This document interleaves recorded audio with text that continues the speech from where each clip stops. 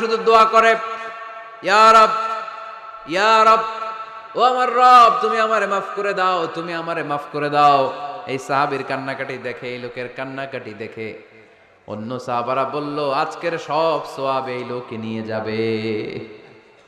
সব সওয়াব তো আজকে উনার। এর দোয়া কবুল। আল্লাহর হাবিব বললেন, ওয়া মাতআমুহু হারাম, ও যা খায় হারাম খায়। ওয়া মাশরাবুহু হারাম, যা পান করে হারাম। মালবাসুহু হারাম, তার ড্রেস আপ এটা হারাম টাকা থেকে আসে। ফা আন্না ইউস্তাজাবু লাহু, কেমন করে আল্লাহ ওর দোয়া কবুল করবে? আল্লাহ ঠেকা পড়ছে নাকি? ইন্নাল্লাহা তাইয়্যিব লা ইয়াকবালু ইল্লা তাইয়্যিবা, আল্লাহ নিজে পবিত্র, আল্লাহ পবিত্র ছাড়া কোনো অপবিত্র জিনিস গ্রহণ করেন না। জিহাদের ময়দানে একজন সাহাবী ছিল, সর্বপ্রথম তীর মেরেছিল। নাম কে বলতে পারবে? সাদ বিন আবি ওয়াক্কাস রাদিয়াল্লাহু তাআলা আনহু। উনি একবার আল্লাহর হাবিবকে বললেন, ইয়া রাসূলুল্লাহ, উদউ আল্লাহ আইয়াজআলানি মুস্তাজাবাদ দাওয়া। ও নবী, আপনি তো দোয়া করলে কবুল হয়, আপনি একটু আমার জন্য দোয়া করেন, আল্লাহ যেন আমারে মুস্তাজাবুদ দাওয়া বানিয়ে দেয়। কি বানিয়ে দেয়? মুস্তাজাবুদ দাওয়া মানে কি জানেন? যিনি চাইতে দেরি, কবুল হতে দেরি হয়। আল্লাহর হাবিব বললেন, ইয়া সাআদ, হে সাআদ, আতিব মাতআমাক তাকুন মুস্তাজাবুদ দাওয়া। সাদ, তুমি যেটা খাবে এটা হালাল খেও, হালাল খেলেই তুমি মুস্তাজাবুদ দাওয়া। সুবহানাল্লাহ পড়বেন না? আকলুল হালাল শারতুন লিকবুলি দুআ, দোয়া কবুলের প্রথম শর্ত। হারাম খেয়ে দোয়া করলে ওই দোয়া কখনো কবুল হবে। শেষ কথা বলি এবার, দোয়া কবুলের 5টা শর্ত। এই কথা বলে আজকের আলোচনা শেষ। সবাই এবার অনেক খুশি। কয়টা শর্ত? জোরে বলেন। ধৈর্য আছে মাশাআল্লাহ, ওঠে নাই তেমন। মাঝে মাঝে একটু ধমক দিয়ে যাতে না ওঠে, বেশি বিশৃঙ্খলা করে ফেলে। এখন আবার ঠান্ডা হয়েছে। কয়টা শর্ত মনে থাকবে? এই যারা বলেন দোয়া কবুল হয় না, দেখেন নিজেদের সাথে মিলে কিনা। এই 5টা শর্ত যদি পাওয়া যায়, মুহূর্তেই আপনার দোয়া আরশে যে নক করবে।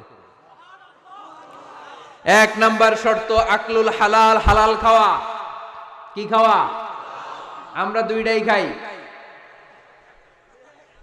হালালও খাই, হারামও খাই। বেশি খাই কোনটা?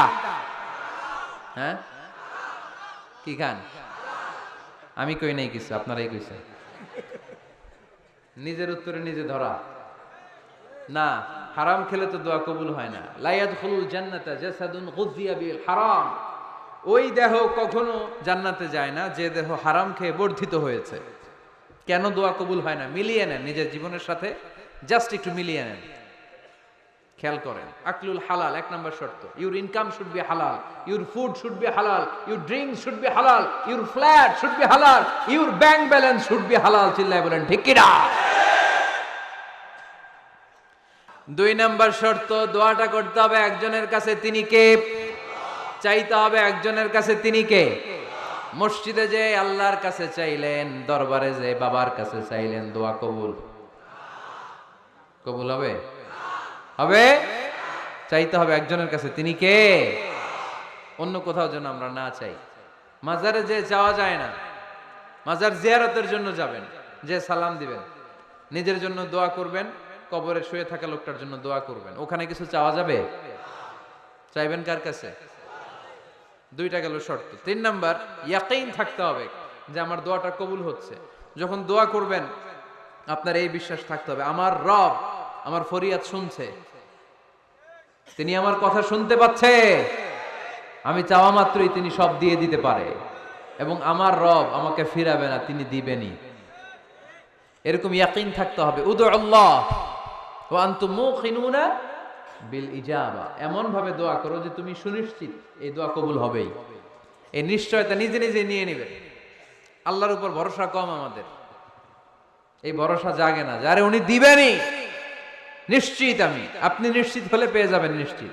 আপনার মধ্যে যদি সন্দেহ, হায় রে কবুল হয় না, না হয়, ওই দোয়া জীবনেও কবুল হবে না।